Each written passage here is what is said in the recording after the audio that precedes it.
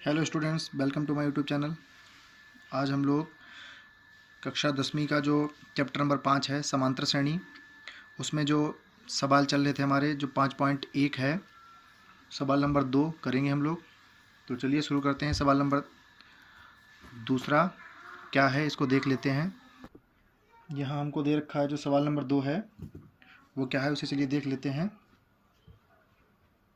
सवाल नंबर जो 2 है वह है, दी हुई एपी के प्रथम 4 पद लिखिए जबकि प्रथम पद ए है और सार्वंतर डी निम्नलिखित हैं।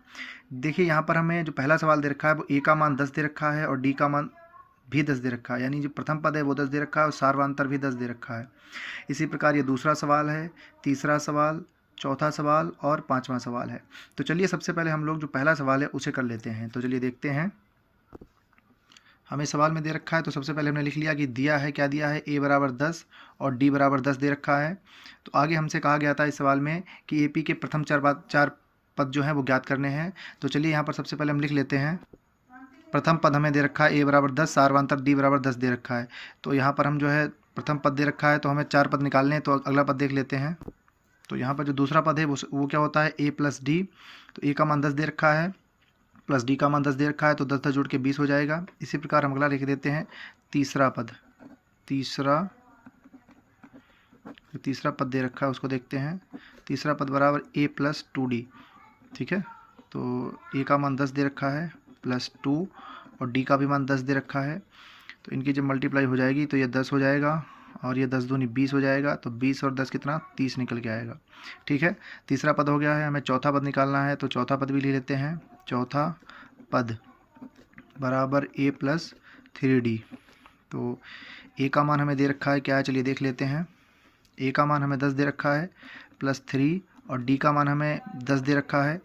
तो 10 तो ये सेम रहेगा, प्लस 3 है कि 30, यानी कि ये 30 हो जाएगा। और 30 और 10 बराबर कितना आ जाएगा, 40 आ जाएगा। तो यहाँ देखते हैं हम। तो यहाँ हम जो है 4 पद की बात कही थी तो हमने चारों पद निकाल लिए हैं। तो यहाँ लिख देंगे कि अतः समांतर श्रेणी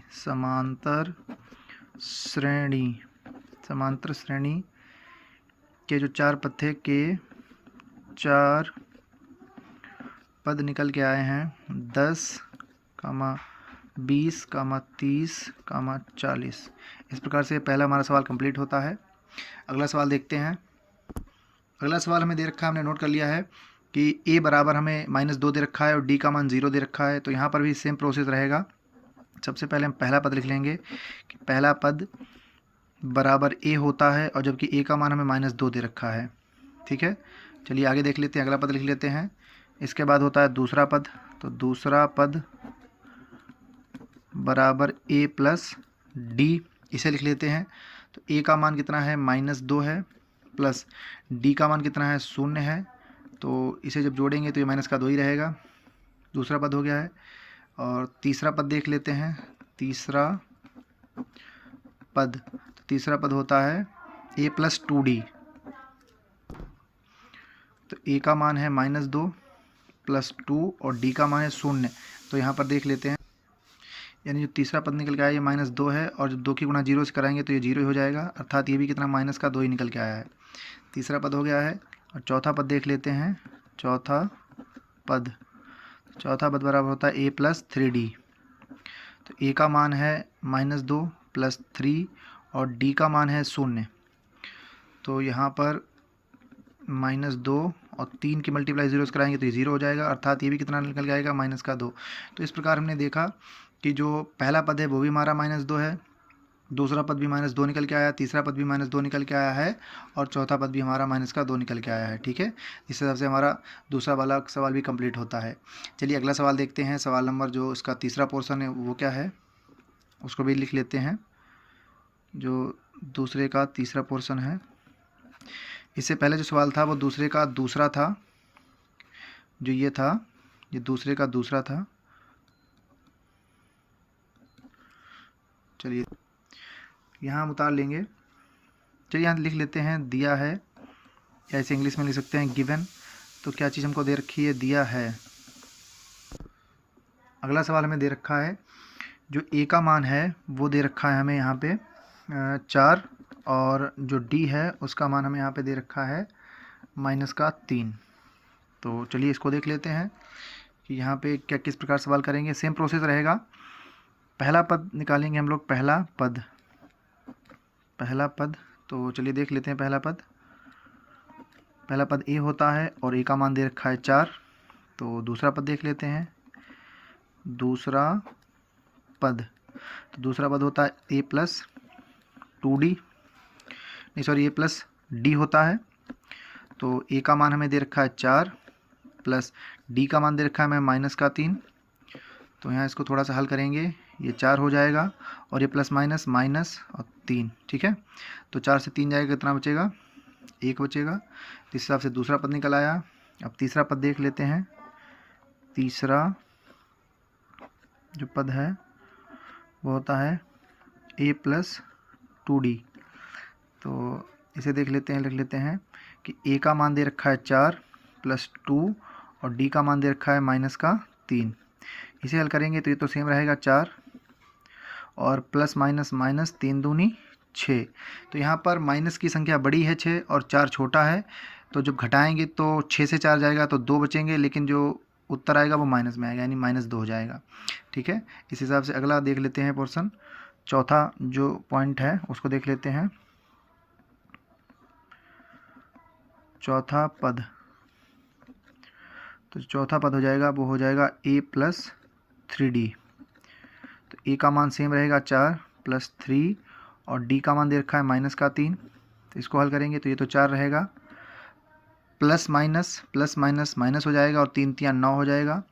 यहाँ पर भी सेम प्रोसेस है। 9 माइनस की संख्या बड़ी है जबकि 4 छोटा है। जब घटाएंगे तो 9 से 4 घटाएंगे तो बचेगा 5, लेकिन वो भी काहे में? माइनस में। तो इस हिसाब से हमारे जो पहला पद था वो 4 निकल के आया, दूसरा पद था वो यहाँ पे 1 निकल के आया और तीसरा पद -2 आया और चौथा पद -5 आया। ठीक है, अगला सवाल देखते हैं। अब हम लोग सवाल नंबर देखते हैं दूसरे का चौथा। तो यहाँ पे जो सबसे पहले दे रखा है उसे लिख लेते हैं। दिया है a बराबर -1 कामा d बराबर 1/2। ये आप जानते ही होंगे कि a जो होता है वो प्रथम पद होता है और d सार्वंतर होता है। तो हमें इसमें से इनका उपयोग करके 4 और पद ज्ञात करने हैं। तो चलिए देख लेते हैं वो कैसे ज्ञात करेंगे।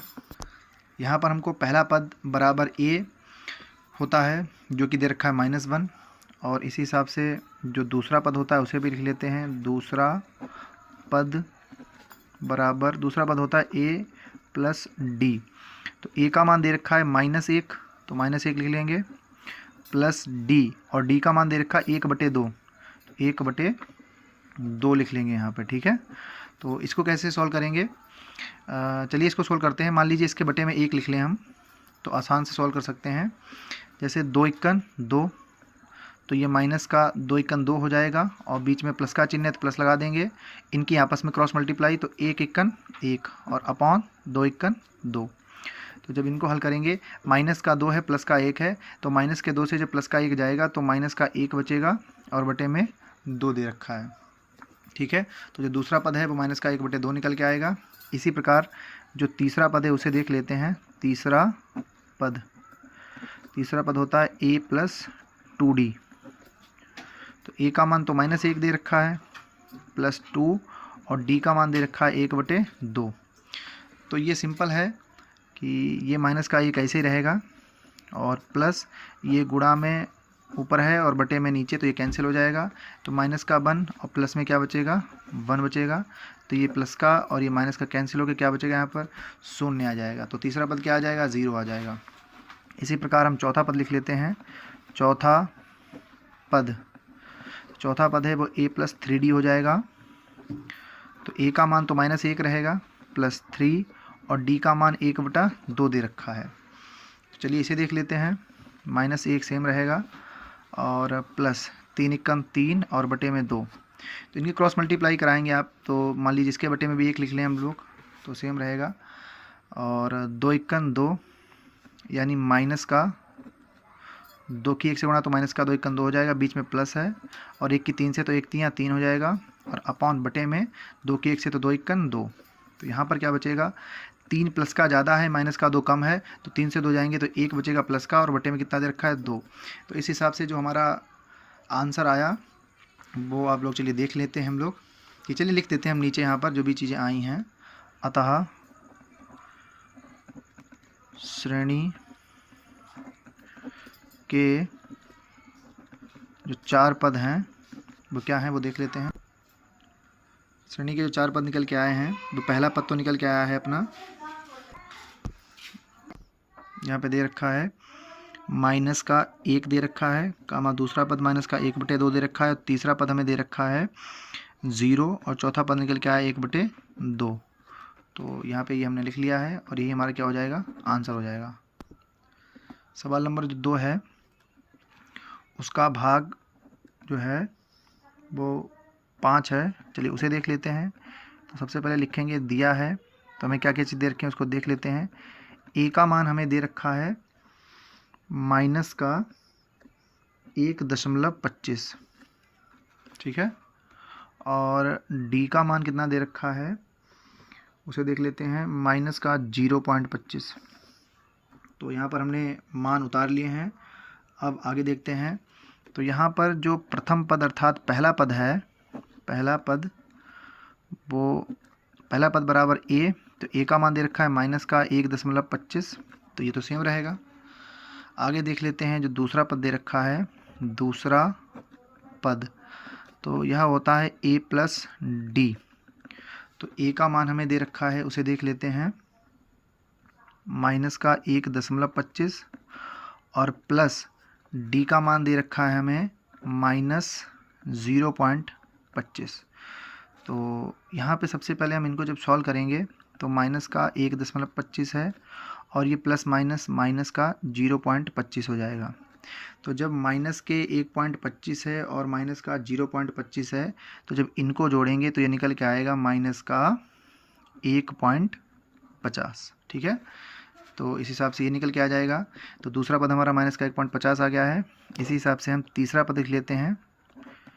तीसरा पद, तो तीसरा पद है उसे देख लेते हैं, वह होता है a प्लस 2d।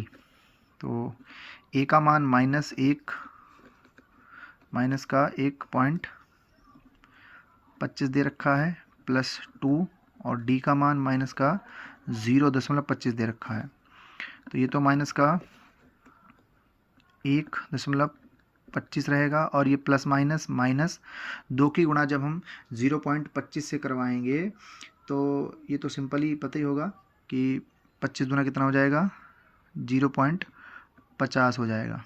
तो जब माइनस का 1.25 है और माइनस का 0.50 है, जब इनको जोड़ेंगे तो एक तो आगे ही रहेगा माइनस का, और दशमलव में 25 और 50 जो होते हैं वो 75 हो जाते हैं।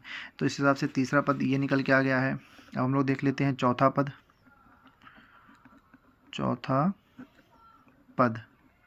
चौथा पद बराबर होता है a प्लस 3d। तो a का मान हमें दे रखा है वही माइनस का 1.25 प्लस, बाकी देख लेते हैं यहाँ पर 3, और मल्टीप्लाई में d का मान दे रखा है माइनस का 0.25, ठीक है। तो इनको जब सॉल्व करेंगे तो क्या आएगा देखते हैं, माइनस का 1.25 और प्लस माइनस 3 की गुणा जब 25 से करेंगे तो 25 यहाँ कितना होता है, 0 आएगा 75। तो ये 0.75 आ जाएगा। तो चूँकि दोनों मान माइनस में ही हैं तो इनको जब सॉल्व करेंगे तो माइनस का 1.25 है, माइनस का 0.25 है, तो ये माइनस में 2.00 आ जाएगा, ठीक है। तो इस हिसाब से हमारे जो चारों मान हैं वो क्या हो गए, क्लियर हो गए हैं। और जो 5.1 का सवाल नंबर 2 है उसके पाँचों भाग कंप्लीट हो गए हैं। चलिए जो आगे के सवाल हैं, सवाल नंबर 3, 4 जो भी सवाल बचे हुए हैं उनको हम लोग अगले वीडियो में देखते हैं। Thank you.